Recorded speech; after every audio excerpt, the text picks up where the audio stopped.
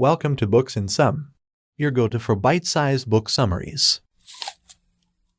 Secrets of Sand Hill Road by Scott Kupor. Late in the 15th century, Queen Isabella of Spain backed a businessman's high-stakes gamble with a sizable investment. The goal of this undertaking was to locate a more direct route to India in an effort to cut down on travel time and associated costs. The potential for failure was high. In fact, 90% of new businesses fail within their first 5 years. Capital in the form of money is provided by reputable VCs to help promising startups get off the ground.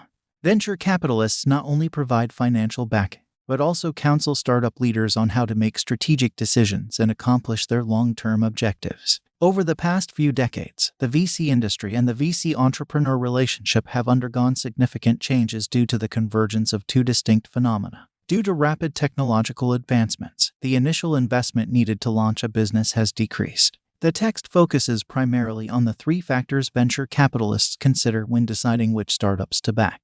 VC firms have to rely more on qualitative analysis when deciding whether to invest in early-stage startups because founders of these companies often don't even have a product to present to potential investors. The first part of this kind of analysis is focused on the people behind the company, including their histories, the evidence they present in their pitch, that they will be able to successfully bring their idea to market, and the unique selling points that set them apart from the dozens of other founders who may have had the same or a similar idea. The second part of this kind of analysis focuses on the people behind the business, such as the founder's history and the evidence provided in the pitch that they will be able to successfully bring the product to market. In order to determine whether or not to invest in a business, venture capital firms consider whether or not the company's founders have the necessary expertise in the target market for the proposed product. Since almost half of the early-stage companies in which large VC firms invest ultimately fail, market size is the last thing they consider before backing a company. Successful startups need large amounts of available market space to make up for those losses and grow steadily. The author has spent the last decade at Andreessen Horowitz, listening to thousands of pitches, and has honed his ability to identify good ones by learning to strike a balance between being adaptable and persistent. The most crucial information here is that venture capitalists are interested in hearing founders' plans to conquer the world, even if those plans have a low probability of success. Investors will use a technique called the idea maze to poke holes in the founder's strategies during the pitch. Questions about the idea's inception, the product's potential, and the insights and market data that were considered by the entrepreneurs during the ideation phase are typical during this phase of the pitch. It's not a good sign if founders go through the idea maze and change their entire pitch during a 60-minute meeting. Term sheets can be tricky to navigate, as they concern both economic and governance aspects of any venture. If a founder's pitch to a venture capital firm is accepted, the next step is the arduous process of negotiating a term sheet. A term sheet is an agreement outlining the conditions and procedures that must be met by the venture capital firm and the company for the transaction to be finalized.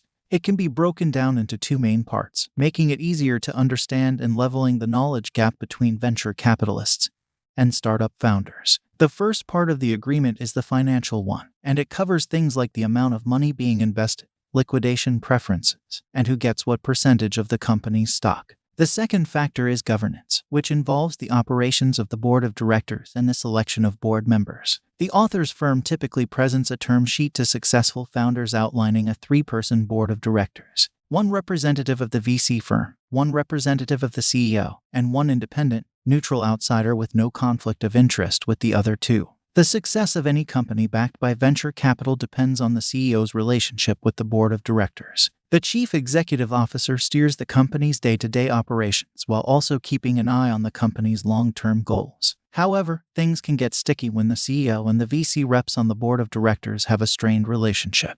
Investors should maintain a safe distance and let CEOs do their jobs. However, the CEO should keep an open line of communication with the board and venture capitalists.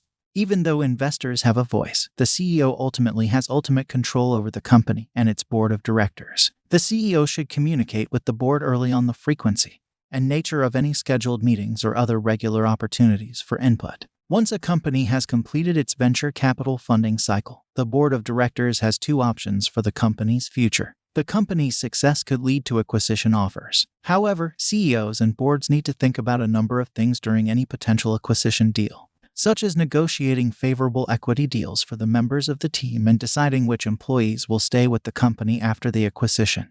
Boards of directors may also decide to conduct an initial public offering, which involves selling shares of the company to the general public through the stock market. As the VC industry nears its final stages of existence, returns are becoming increasingly important. Venture capitalists are getting ready to reap the rewards of an investment they made at the company's inception. The value of a company can drop precipitously if venture capitalists sell off their shares too quickly. You, as CEO, are about to usher in a new era for the company, which builds on the original concept you pitched to venture capitalists. As new technology companies emerged in the early 2010s, the dynamic between entrepreneurs and venture capitalists shifted. Successfully pitching your product to venture capitalists requires you to demonstrate flexibility while maintaining unwavering faith in the value of your idea. After securing venture capital funding, founders face the additional challenge of keeping the investors happy until their company is acquired or goes public.